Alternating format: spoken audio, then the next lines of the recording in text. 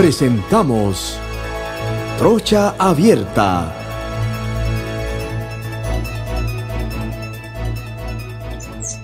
Bienvenidos a todos los que me están sintonizando a través de la cadena exitosa a nivel nacional.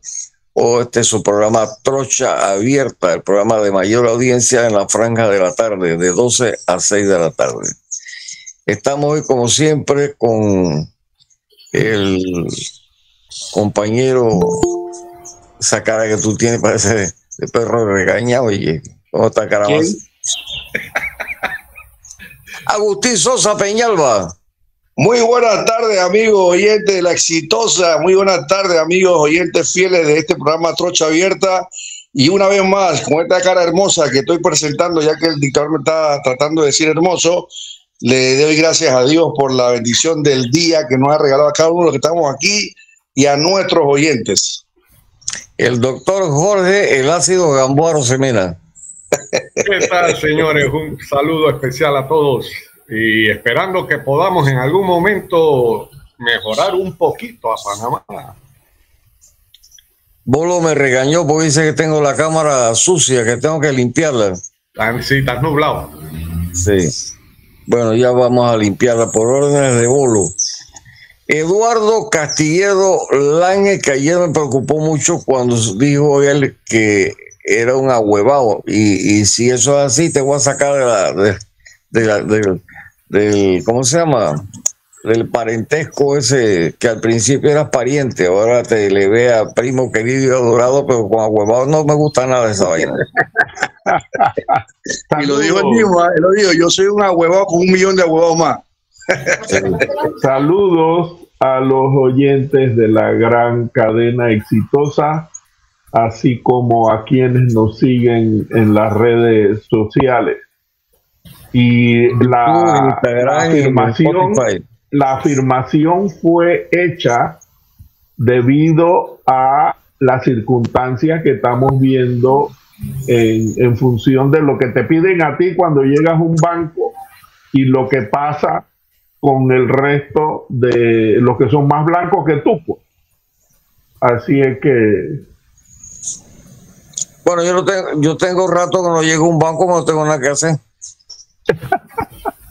No tengo ni que depositar, ni mucho menos pedir prestado porque no me lo van a dar. Así que allá ellos. Bueno, hoy tenemos aquí de invitado, como siempre, ya es un participante honorario. Oye, ¿no te vas a presentar tú? ¿Te vas a presentar tú mismo?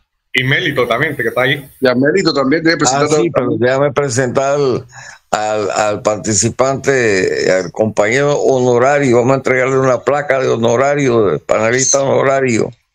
Doctor Julio Linares. Micrófono cerrado, Julio. Micrófono cerrado, Julio. El micrófono, Julio. El micrófono. Igual, lo tiene cerrado, todavía está cerrado el micrófono. No se escucha. El Consejo de Seguridad lo está interviniendo. No se te escucha. Va a ser el micrófono que tiene con el audífono. Debe ser el audífono que tienes puesto, porque no se escucha.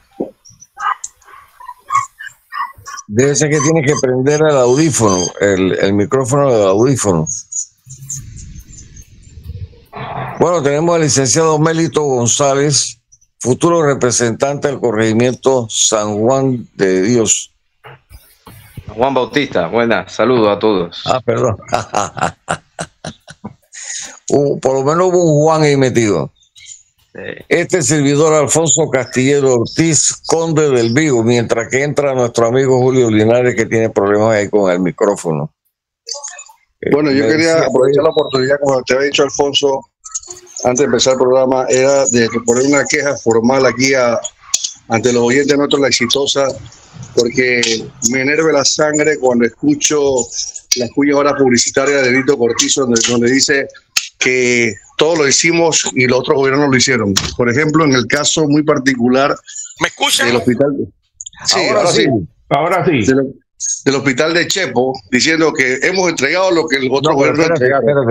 Espérate. Tú dices que es dictador, pero ahora Julio puede hablar y ahora puede decir todo lo que dijo antes. repetir. Bueno, ahora yo hablo, pues. ¿Me escuchan? Sí. Sí.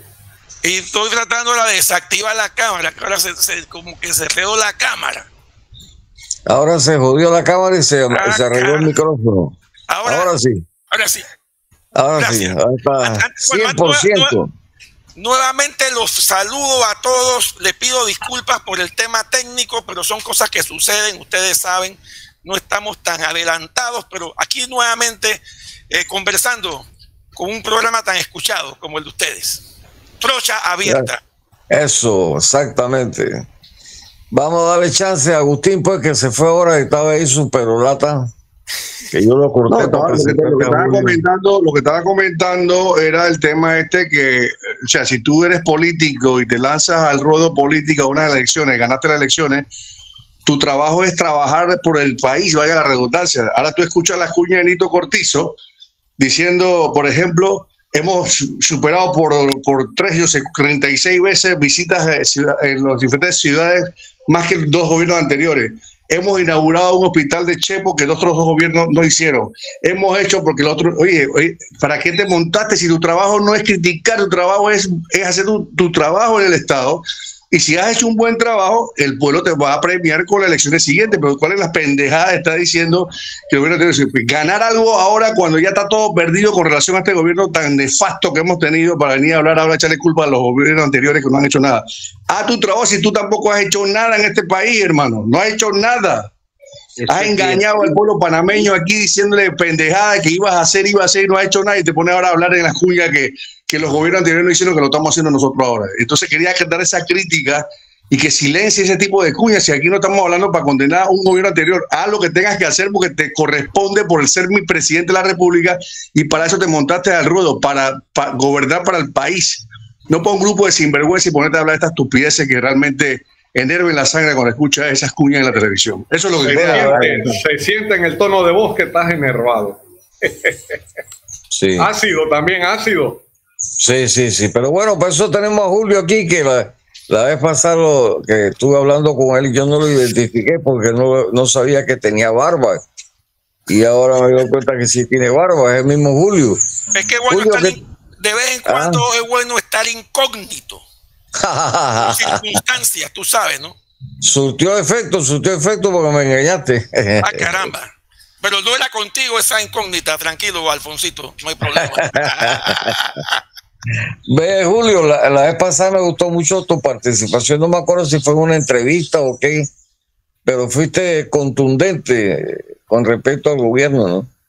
Sí, fue una entrevista en la que yo dije algo así como que estamos desde que en Panamá se restituye la democracia en 1989-90, que estamos, y acepto que puede ser una frase subjetiva, frente al peor gobierno que hemos tenido en democracia.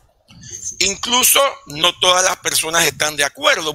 Algunos dirán, no, el peor gobierno fue el de fulano porque fue más corrupto. El peor fue de sutano porque fue más ineficiente. El peor fue de mengano porque fue más ineficaz, etc. Sin embargo, yo me refiero a un contexto de situaciones.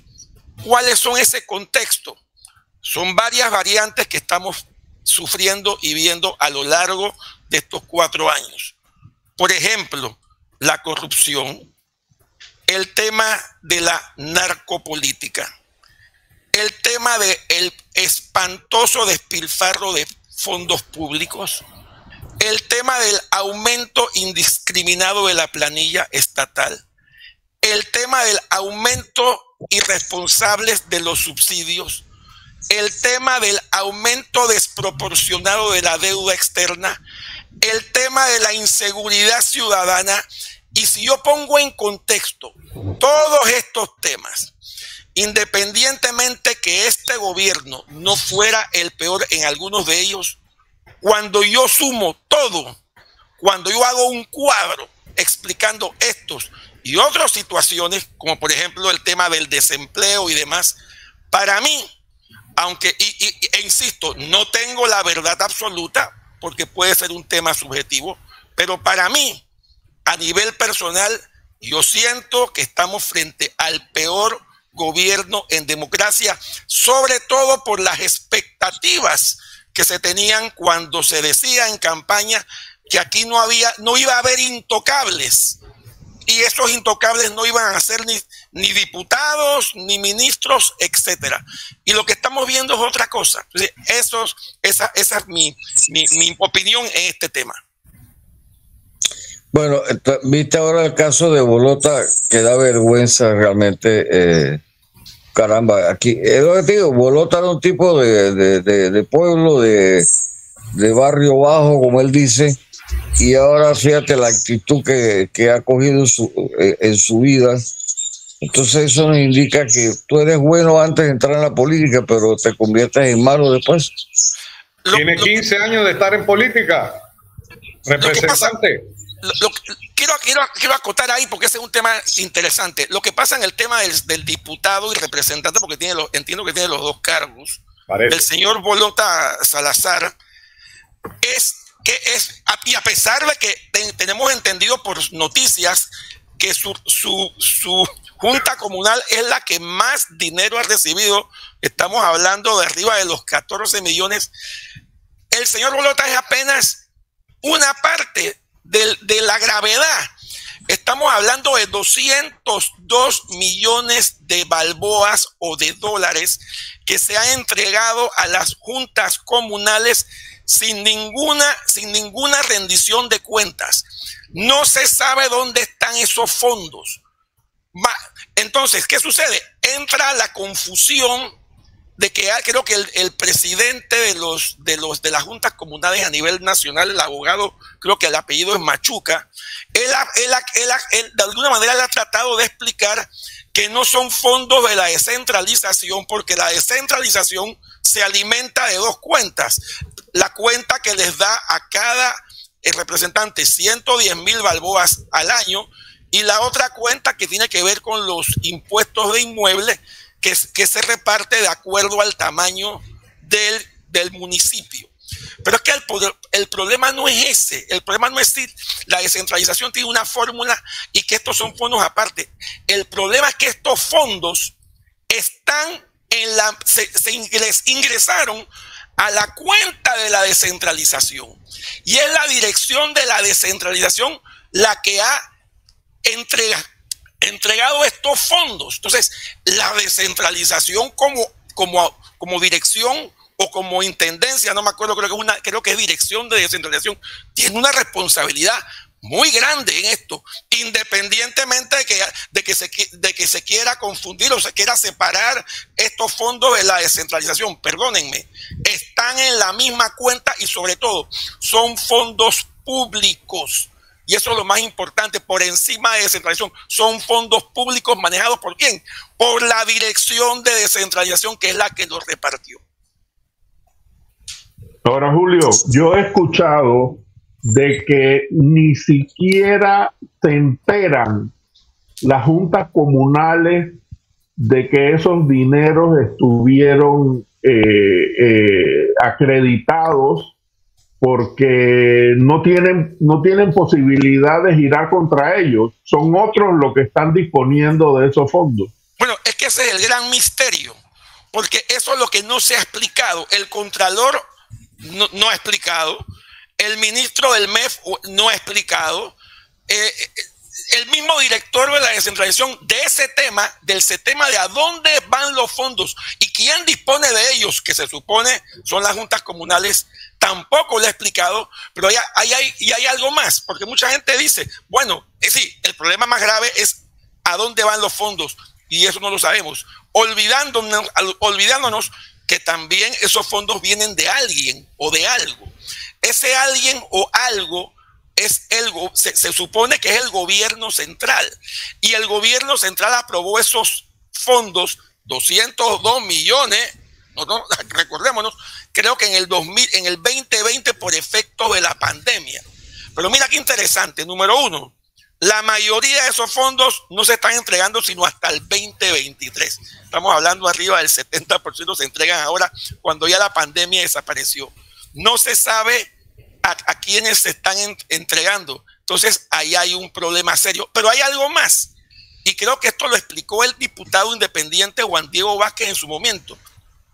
Tampoco hay constancia de que en la Comisión de Presupuesto esos fondos hayan sido aprobados. Ese es otro misterio, porque ni siquiera la misma Comisión de Presupuesto de la Asamblea ha especificado dónde fueron esos fondos y esa transferencia, cómo se dio. O sea, esto es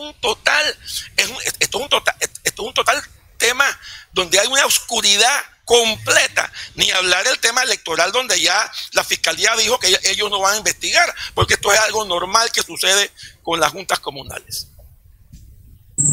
Bueno, apartándonos un poquito del tema ese, Julio, ¿cómo estás viendo tú el desenvolvimiento del juicio contra Martinelli?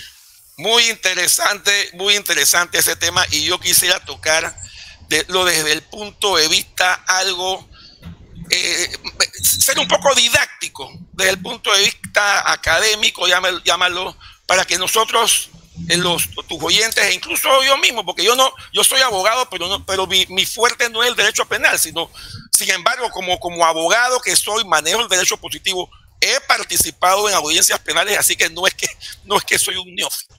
Entonces, yo creo que lo primero que tenemos que entender del caso New Business es que se trata de acusaciones en contra de personas y el delito tipificado, ¿cuál es? Es el blanqueo de capitales.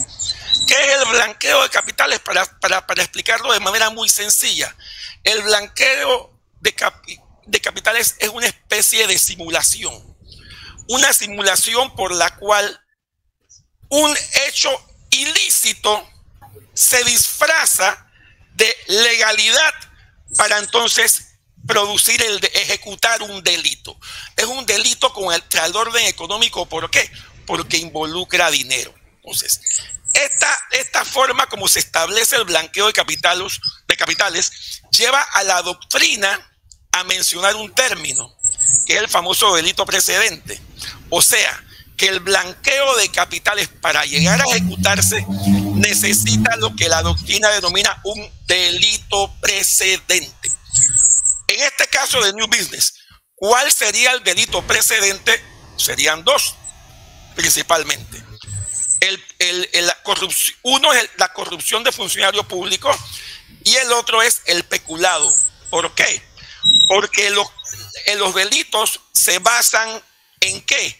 En que hubo contratos entre el Estado y contratistas por los cuales el Estado le entregaba dinero a estos contratistas para ejecutar obras, y ese dinero o parte de ese dinero se ejecutó no para hacer obras, sino para fundar un periódico en una cuenta canasta a través del depósito de los dineros en una cuenta canasta denominada New Business.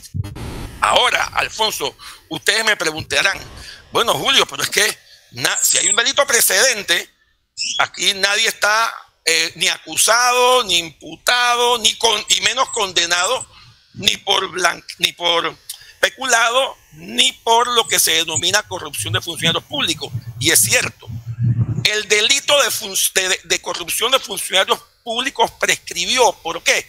Porque es un delito que tiene una pena muy baja, si no me equivoco es de 2 a 4 años, y a los 4 años, si no había llamamiento a juicio, el delito desaparecía, prescribía. Y el otro delito, que es el peculado, lamentablemente, y no conozco los detalles, pero lo que se dice es que imagínense, que la Contraloría General de la República no jugó su papel y no investigó. Y al no investigar, no investigó y no auditó. La Contraloría debió ejercer auditorías para demostrar que había habido un delito de peculado, y eso no se hizo. Entonces, la Fiscalía, el Ministerio Público no podía acusar ni por peculado ni por corrupción de funcionario público. Entonces, buscó el delito de blanqueo de capitales, que si bien es cierto, es un delito fundamentado en los delitos precedentes que les acabo de decir, que no se investigaron o no hubo condenas, ni mucho menos. La Corte Suprema en varios fallos, sí ha manifestado que el delito de blanqueo de capitales es un delito autónomo. Ahora bien, ¿qué significa un delito autónomo? Eso significa que no necesariamente los delitos precedentes tienen que haber sido o investigados o llevados a cabo o que ha debido haber condenas. Y yo, para demostrar eso, sí me busqué el Código Penal, y aquí lo tengo porque quiero leer sobre ese punto, porque algunos sí consideran que los delitos precedentes han debido ejecutarse condenas. Yo creo que no. Y vamos a leer lo que dice el artículo 254 del Código Penal, porque lo tengo aquí. Miren lo que dice el artículo 254 del Código Penal. Bien, personalmente o por interpuesta persona, reciba, deposite, negocio, transfiera o convierta dineros, títulos, valores, bienes u otros recursos financieros. Y oigan bien la frase que viene, oigan bien, dice así: previendo razonablemente que procedan de actividades relacionadas con él, y ahí, y después del con él establece todos los delitos, donde incluye peculado y corrupción de servidores públicos. O sea, que la norma, taxativamente, la norma penal, no habla de un delito, del término delito precedente, menos que ese delito precedente tiene que haber condena. Te habla de actividades relacionadas con bla, bla, bla, bla, y el resto de los delitos. Entonces, pero yo me imagino, Julio, una pregunta, Julio, sí. una pregunta. Sí. Habla. A ver, Agustín, habla. Te fuiste. No lo escucho, no escucho. Creo que está hablando y creo que está bien. Aló, ¿me escuchan? Ahora sí. ¿Me escuchan? Sí.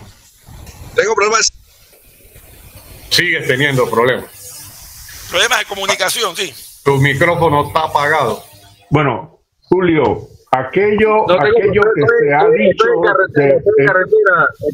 Estoy en carretera y entonces parece que no hay señal. ¿Me escuchan ahora?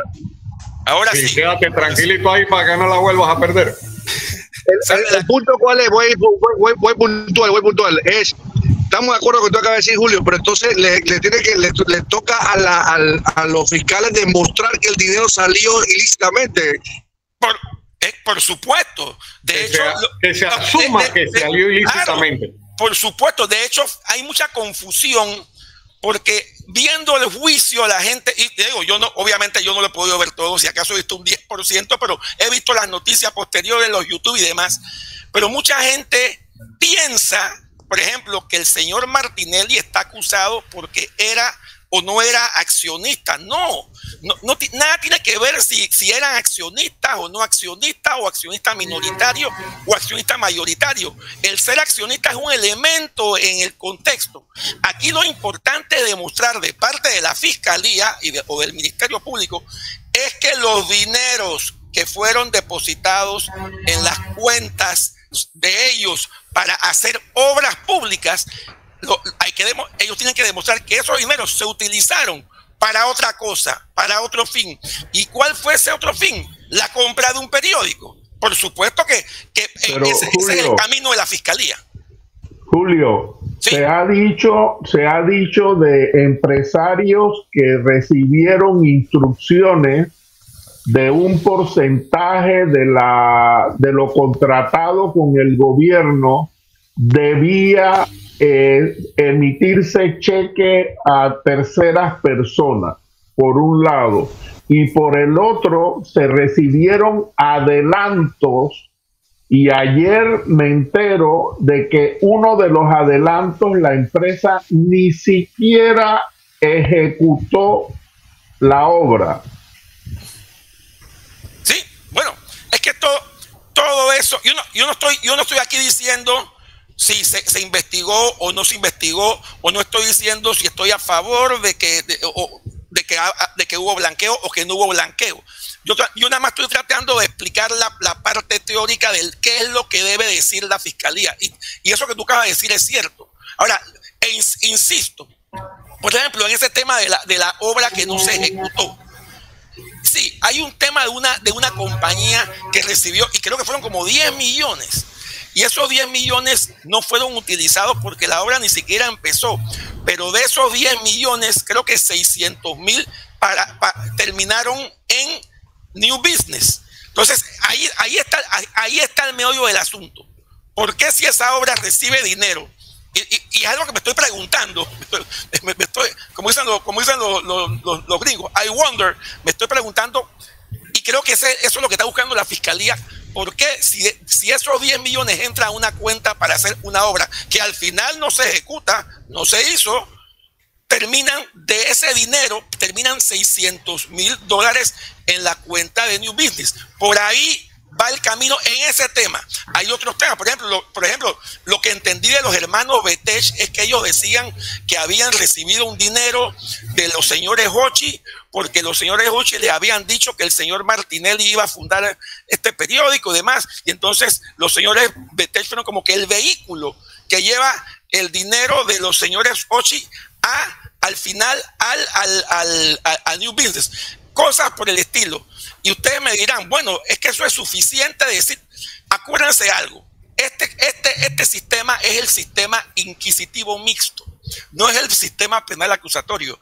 En el sistema penal acusatorio las pruebas se practican en la audiencia. En el sistema inquisitivo mixto, como es menos garantista, las pruebas se practican en el expediente, en el mismo sumario procesal. De hecho, yo diría que la mayoría de las pruebas están en el expediente y muchas ni se van a mencionar en la audiencia. ¿Por qué? Porque estamos en el sistema inquisitivo mixto. El sistema penal acusatorio es muy diferente en cuanto a procedimiento.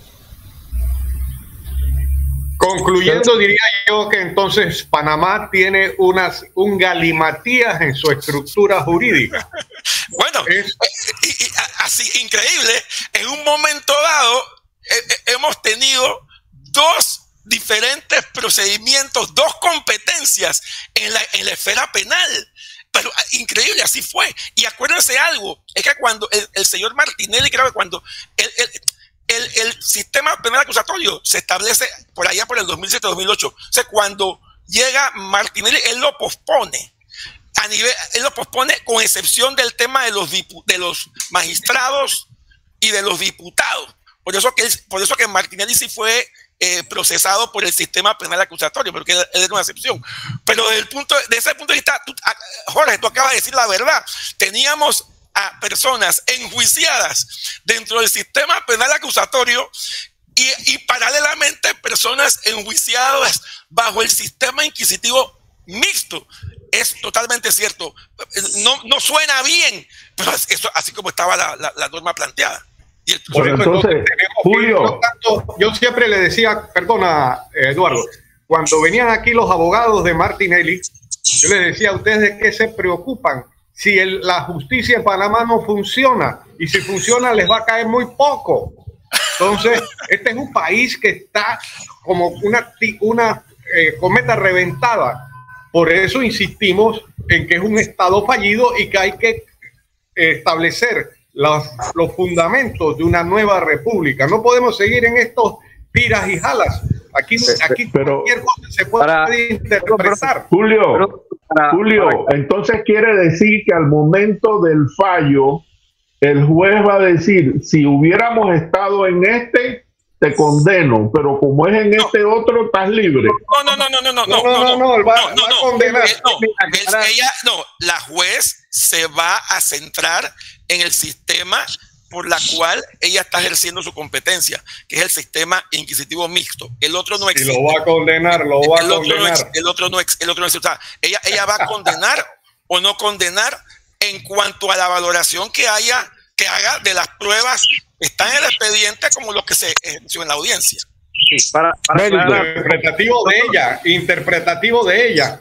Y vendrá entonces la apelación. La apelación y después vendrá la casación a la sala segunda de lo penal. Yo no dudo que eso va a ser así. El que pierda va a apelar y va a ir a estratégicamente. Doctor, perdón, para abogados de Martinelli estratégicamente se equivocó en mandar al expareja de la juez. porque bien o mal, aunque ella no ha manifestado nada en su cara, pero eso no se queda así, por favor. Permítame, doctor, aclararle algo. O sea, a ver. Usted lo ve como un galimatía porque no tiene los antecedentes de cómo inicia el proceso penal, el sistema penal acusatorio. No, lo veo como un galimatía porque el derecho tiene que ser lógico. Y todo lo que ha explicado el amigo Franco no es lógico. No, déjeme explicarle, porque es que de pronto la forma en que lo explica, de pronto lo entienden mejor yo siempre he dicho, el que no sabe es como el que no ve. Lo entendemos los abogados porque sabemos los antecedentes. Esto no es cuestión de que voy a meter este sistema para juzgar uno de una forma, no. Esto surgió hace varios años ya, yo creo que vamos más de 10 años, 12 creo, no sé, todavía no estoy claro.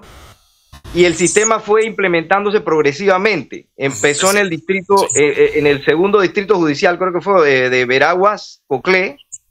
Después se implementó en Herrera, Los Santos, Chiriquí, y finalmente entró en vigencia en Panamá. O sea, esto no es cuestión de que yo voy a escoger el sistema o que tiro la moneda al aire y al que le toca, le toca. No, esto se fue implementando de forma sistemática, de forma regulada, de forma legislada. Esto no fue a capricho.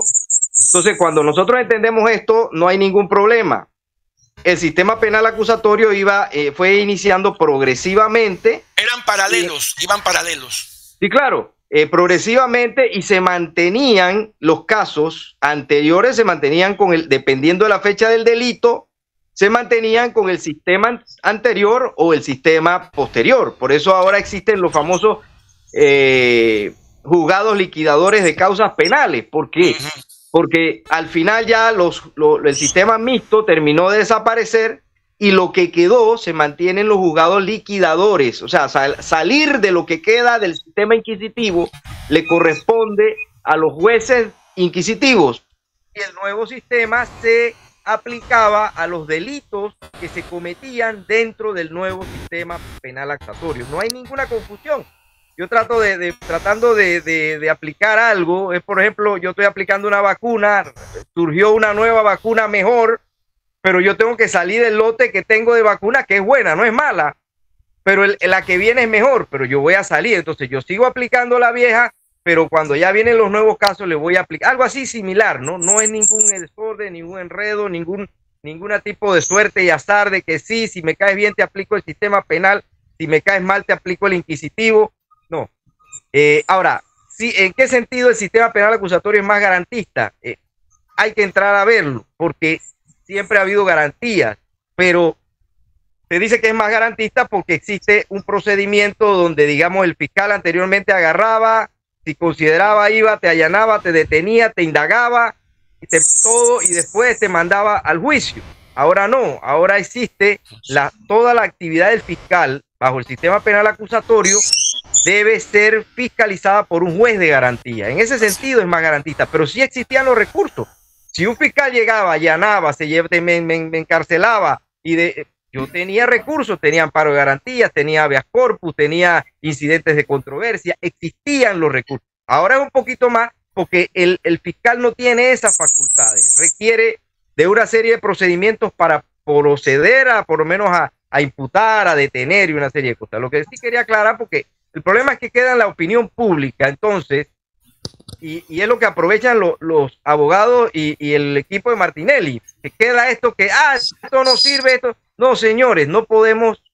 Yo soy de los que siempre he dicho, el sistema es malo, pero tampoco puedo estar que cada caso que hace un juez, vamos a decir que el juez se vendió, que es político, que es corrupto, porque no es así. Eso no es así. Y lo que sí quiero es que la opinión pública esté clara, porque después mañana lo condena y dice, lo condenaron porque tiraron la moneda al aire, o porque vale la lotería, porque la magistrada es la que anda detrás de eso. Y eso yo te pregunto a ti, si resultara no culpable, ¿qué pensarías tú? ¿Que el juez se vendió o que no se vendió? Te lo estoy diciendo. Si resulta no culpable, yo lo he dicho, la jueza está valorando las pruebas. Yo no he dicho que si resulta no culpable es porque el juez Martinelli le pasó un maletín. Yo lo he dicho aquí desde el día 1. Si resulta no culpable, la juez Elba Loíza Martínez tiene que, el tema del perito, ella tiene que verificar, lo dije ayer, tiene que verificar si el peritaje es correcto, todo eso tiene porque la idoneidad, eso, bueno, pueden decir que no tiene idoneidad, lo que quiera, que no es CPA, eso no tiene nada que ver. El perito es la persona que en el momento la autoridad le dio el peritaje. Yo no estoy de acuerdo en ese aspecto. Eso no. ¿Cómo que si no tiene idoneidad? Espérate, Mérito. ¿Cómo que si no tiene idoneidad eso no importa? Por favor, oye. Tú no puedes poner a un perito en medicina forense que es un médico general. Eso es imposible. Te explico y aquí está el doctor Linares que nos puede apoyar. El perito es el que el tribunal designa para el caso. Y si lo designa para el caso, es decir, el fiscal, la fiscalía, lo tiene como perito es porque tiene la preparación, la idoneidad en el sentido de lo que requiere el tribunal para ser perito. El perito en este sentido es un perito que tiene que ver con el tema de lavado de dinero. Yo puedo traer un CPA con 20 títulos, doctorado y todo lo demás y lo meto allí y si el hombre no sabe de lavado de dinero, no va a ser una buena experticia. Y así ha pasado. A mí me han tocado abogados que han llegado que ponen el encabezado máster, doctorado, quién sabe qué otra cosa más, bendición del Papa, venia del apóstol, y cuando ven el pan, digo, yo veo esta demanda no tiene ni pie ni cabeza y le ganó la demanda y te puedo decir, aquí no lo va a decir pública, ¿no? Entonces, no es así. La idoneidad del perito tiene que ver con no si es CPA o no es CPA, ese cuento. El perito es el que tiene años de estar trabajando ahí, que el tribunal ya lo ha considerado como un perito, si no, no lo reconoce. Esa es la realidad. Le duela a quien le duela. El tema no es la profesión en estos casos, es el conocimiento, es la experiencia, es la técnica, es el criterio. Y ya este perito fue debidamente aceptado por el tribunal y es el perito. Obviamente los abogados se van a poner bravos y demás.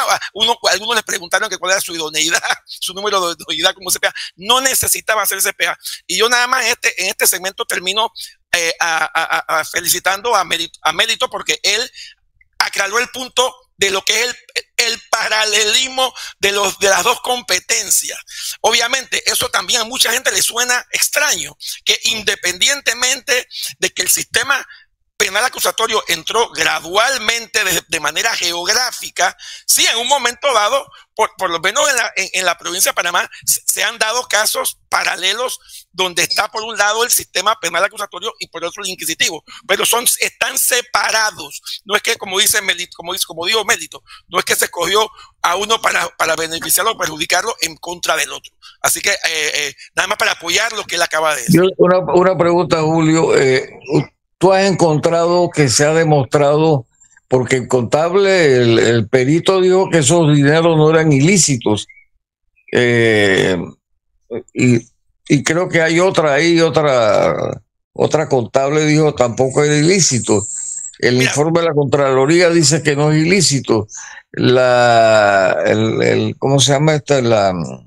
El Tribunal de Cuentas también emitió diciendo que esto no era ningún ilícito, entonces, ¿cómo tú estás viendo realmente, sobre todo el interrogatorio que a mí me extrañó mucho del señor que tú tienes que tener un conocimiento de un procedimiento para poder establecer eso? Ok. Y él dijo que no era ilícito. Ok, en primer lugar, ya tú hablaste algo del Tribunal de Cuentas.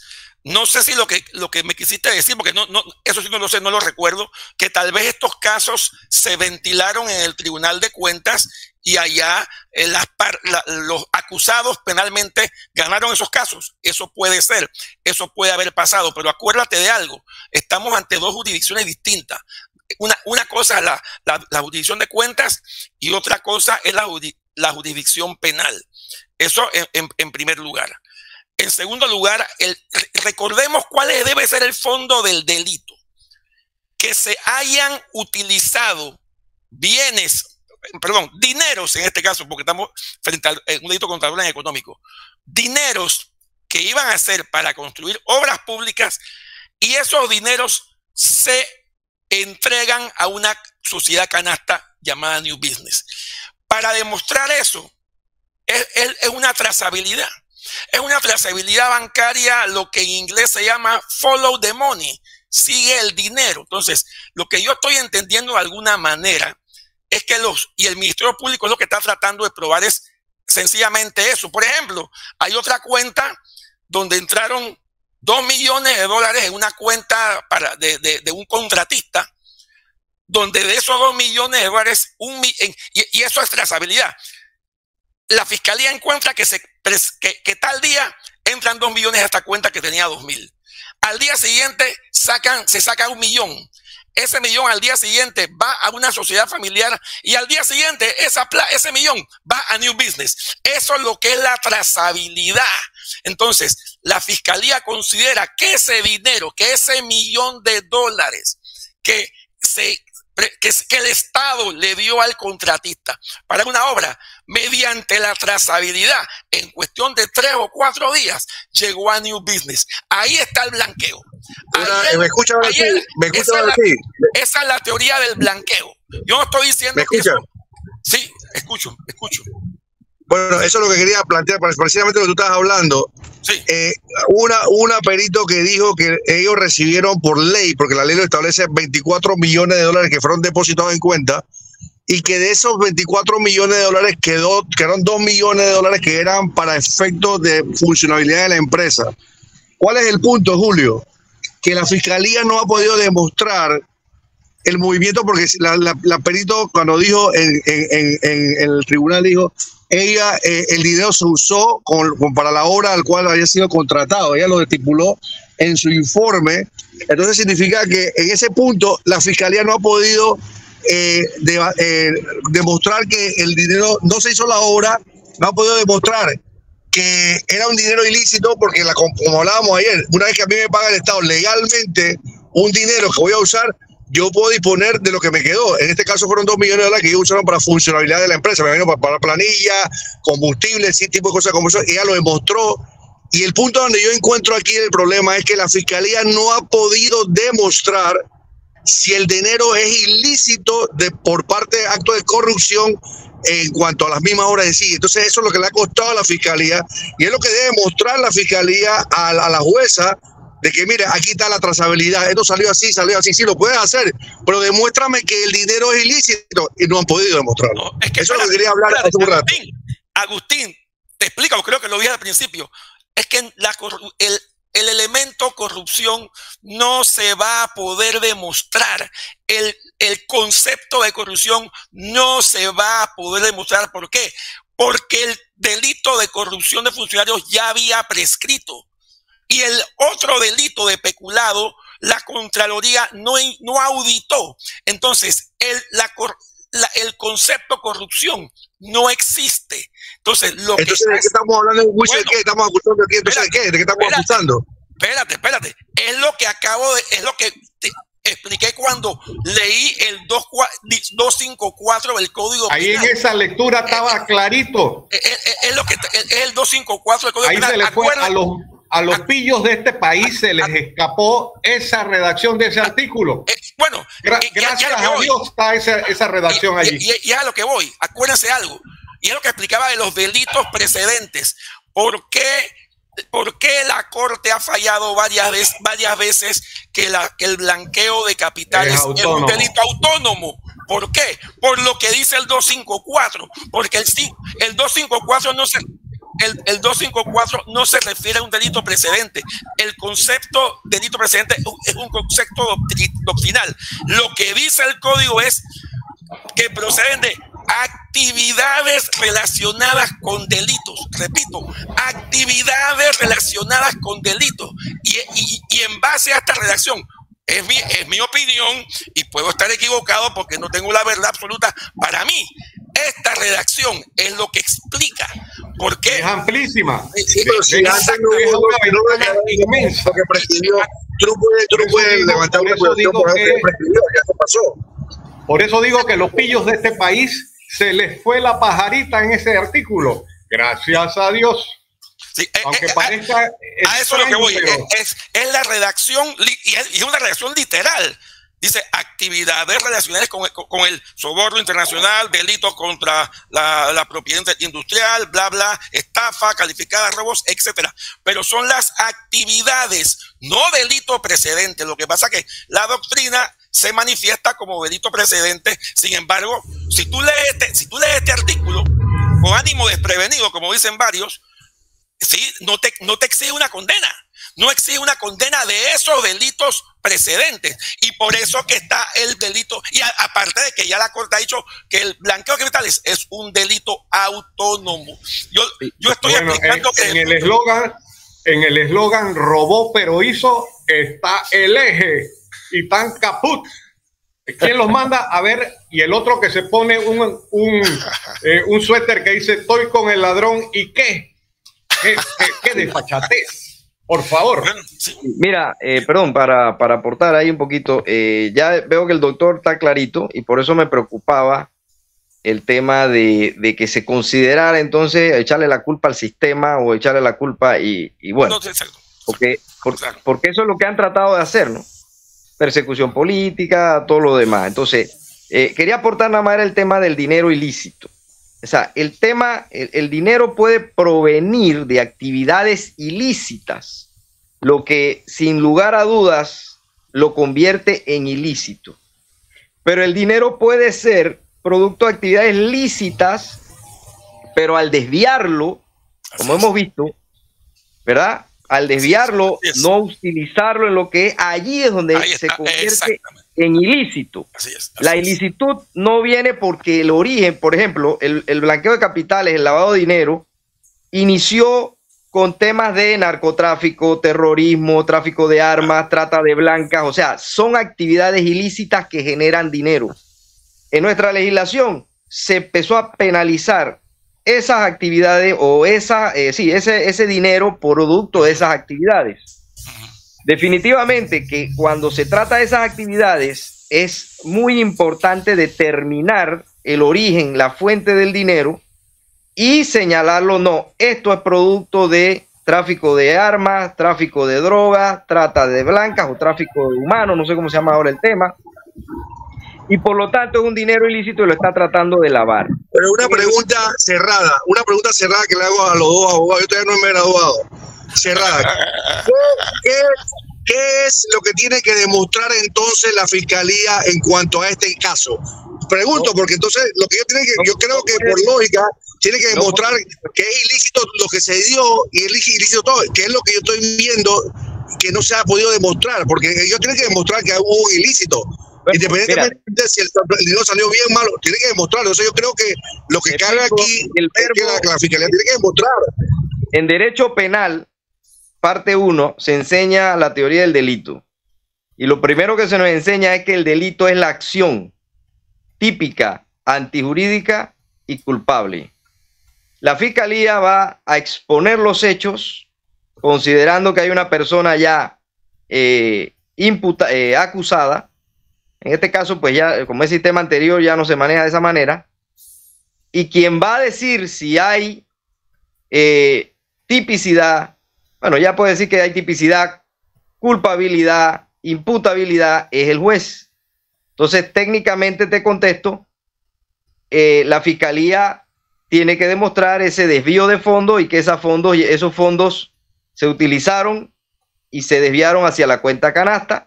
Y de ahí viene el blanqueo de capitales. No tiene que demostrar, por ser delito autónomo, que había una ilicitud previa del dinero. Sencillamente puede venir del Vaticano, que si no se usó los fondos para lo que era, ya ahí se puede considerar un lavado de dinero, blanqueo de capitales. Yo quiero responderle a Agustín muy brevemente de la siguiente manera, de acuerdo a cómo yo lo veo.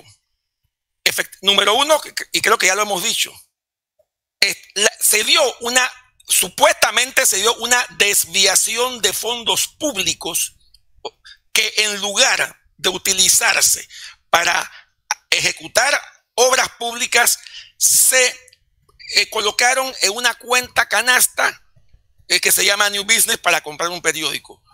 Pero además, si nos vamos ahí a la teoría del delito precedente, en este caso, y déjame terminar, en este caso, el fundamento de este blanqueo de capitales son actividades relacionadas con dos delitos, porque sí están relacionadas con el peculado y con la corrupción de funcionarios públicos. ¿Por qué? Porque se trata de contratos del Estado con contratistas. El hecho de que no se pudieron investigar esos delitos precedentes no es óbice para que el blanqueo de capitales se haya dado de la manera que lo expuso Mélito, por ejemplo. Pero una pregunta, Julio. Sí. Si el señor Ochi recibió un dinero para ejecutar el comienzo de la obra, pues, y él decidió entregarlo a otra persona para comprar una finca, pues el delito es de Ochi, no es de la otra persona que le dijo, oye, tú me puedes hacer aquí un depósito. O sea, bueno, ahí no veo entonces la parte de Martinelli porque en realidad él está disponiendo de unos fondos que le entregaron y el responsable entonces es Ochi. Ok, buena observación. Ahora, la parte del señor Martinelli es que supuestamente, de acuerdo con testimonios, él dio las órdenes. O sea, que él fue el que lideró. Exactamente, eso es. Todo eso va a tener que ser valorado por la juez. Pero el involucramiento de Martinelli no tiene que, por eso lo dije al principio, no tiene que ver si es accionista o no, si es minoritario o mayoritario, sino cuál fue su actuación. Y lo que está tratando de demostrar la fiscalía es que efectivamente él es el que dio las órdenes, él es el que dijo, ustedes contratistas, de lo que se da adelante, mandan tanto a tal sitio. Los primeros testigos de la fiscalía fueron los que llevaron a esa conclusión. Los hermanos Betecho fueron bastante claros en eso. Los defensores trataron de enredar la cosa, pero esos tipos, y Chanis también, que fue presidente de PASA por 9 años, puso el dedo sobre la llaga e hizo saltar pus. Está frito, tiene que estar frito. Y más con la parte humana de que le metieron al anterior compañero. Esto nada tiene que ver, en mi concepto. Yo lo entiendo. Pero somos humanos. Sí, en mi concepto, nada tiene que ver el hecho de que si tú le diste el cheque al señor Martinelli o no, eso no tiene nada que ver. Lo que tiene que ver son las instrucciones que aparentemente él dio, según lo han dicho varios testigos. Eso es. O sea, que él fue como que él sabía y él como que movió los hilos detrás de bambalinas. Ese es el punto. Pero los Betech no tenían ningún negocio con el Estado y los demás tampoco tenían negocio con el Estado. Porque lo que yo entendí es que ellos fueron un puente. Exacto. Ellos fueron un puente entre Ochi y New Business. Eso es lo que yo entendí. Que ellos fueron apenas el puente. Y entonces ellos llegan, eso es lo que estaban explicando. Es lo que entendí de ellos. Ellos fueron en su piscina transparente. En su piscina transparente recogieron un agua que venía contaminada, contaminó toda la piscina y siguieron pasando la contaminación. O sea que ahí están fritos. Yo digo, gracias a Dios que no vieron ese artículo 25, ¿qué dijiste? El 254, la frase es, procede de actividades relacionadas. No dice, proceden de delitos precedentes, no. Dice, proceden de actividades relacionadas. Y según la fiscalía, ¿cuáles son las actividades relacionadas para este delito? Obviamente, el peculado y la corrupción de funcionarios. Para concluir, porque ya el tiempo se nos ha ido, una pregunta. ¿Tú piensas que hay los tiempos, valga la redundancia, para poder condenar, en tal caso, que es lo que quiere, pues, algunos, condenar a Martinelli? Muy difícil, extremadamente difícil. Boris Barrios acaba de decir en Canal 4 o en Canal 28, creo, en Radar, no, en Radiografía, que los hay. Sí, tienen que trabajar a toda velocidad. El sistema tiene que trabajar, pero puede, para diciembre, enero de este próximo año, puede estar condenado en firme. Hasta pasada la casación. Esa es la opinión de Boris Barri, igual que la opinión de Julio. Yo mañana voy a entrevistar. Es muy difícil. Es lo normal que sea difícil, pero claro. Si ahora mismo, ¿quién está mandando en este país? Gaby. ¿Qué necesita Gaby? Que el señor Martinelli corra o no corra. necesita que no corra. Así que le conviene que corra, no, le conviene que corra porque así quedan en la papa igual. No. Hay otra teoría que se está manejando dentro del PRD que yo como PRD se lo digo porque ya lo estamos conversando. Nos conviene que corra. Bueno, a los que van con Gaby les conviene que corra porque ante la división el PRD tiene un voto más el voto. Sí, y tiene ¿Qué pasaría si corre y hay una alianza de los demás contra Gaby Carrizo y puede ganar entonces la alianza? O sea, en teoría todos sale, tú le preguntas ahorita mismo a cualquier candidato y gana sobrado, a cualquiera. Martinelli se puede aliar con Gaby Carrizo y gana Gaby Carrizo. También cabe lo posible, ¿eh? También es posible, ¿eh? También, todo es posible. Bueno, mañana vamos a tener aquí al amigo Juan Carlos Araúz, presidente del Colegio Nacional de Abogados, que en reiteradas ocasiones ha coincidido con Julio de que no hay los tiempos y que no hay los tiempos. Si se lo quieren traer forzado, pues ya es otra cosa. Pero no creo que por todo lo que he escuchado de que existe Julio esa dijo que sí, pues si se actúan rápidamente, no con la tradición, se actúan rápidamente, hay los tiempos. Y cuidado que los va a ver. Bueno, tú lo que quieres es que metan preso a Martinelli, eso está clarito. A los maleantes, porque alguien se puso un suéter, estoy con el ladrón, ¿y qué? Oye, confesión de parte. La corte está fallando rápido, en 3 meses están fallando todos los recursos, en 3 meses, y los tribunales superiores también. Así que son 6 meses a 8 meses para los fallos. Pero si no lo admiten, la sentencia, otro tema. La sentencia en apelación queda firme. Sí, correcto. Esa es la mejor forma. Sí. Esa es la mejor forma. Y lo vi. Bueno, hemos tenido hoy de invitado al panelista socio y honorario aquí del programa, al doctor Julio Linares. Gracias, muchas gracias. Julio, por haber compartido con nosotros. Igual, gracias, muchas gracias por invitarme. A la huevada del primo mío, Eduardo Castillo de Lañez. Bueno, por la mañana, de primo. Por lo menos lo de primo. El ácido de Jorge Borges, mira. Hoy menos ácido, menos ácido. Sí, se portó bien, hoy se portó bien, Jorge. Sí. Y eso que no sabe que por ahí me llegó un meme que uno de los testigos protegidos de Juan Carlos Varela. Saludos a todos. Enhorabuena. Bueno, y Mélito González también estuvo con nosotros, este servidor Alfonso Castillo Ortiz.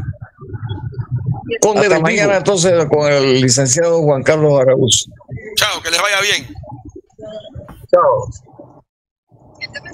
Quiero decir, no sé, se cortó. Juan Carlos Araúz, él explica muy bien. No se cerró el programa.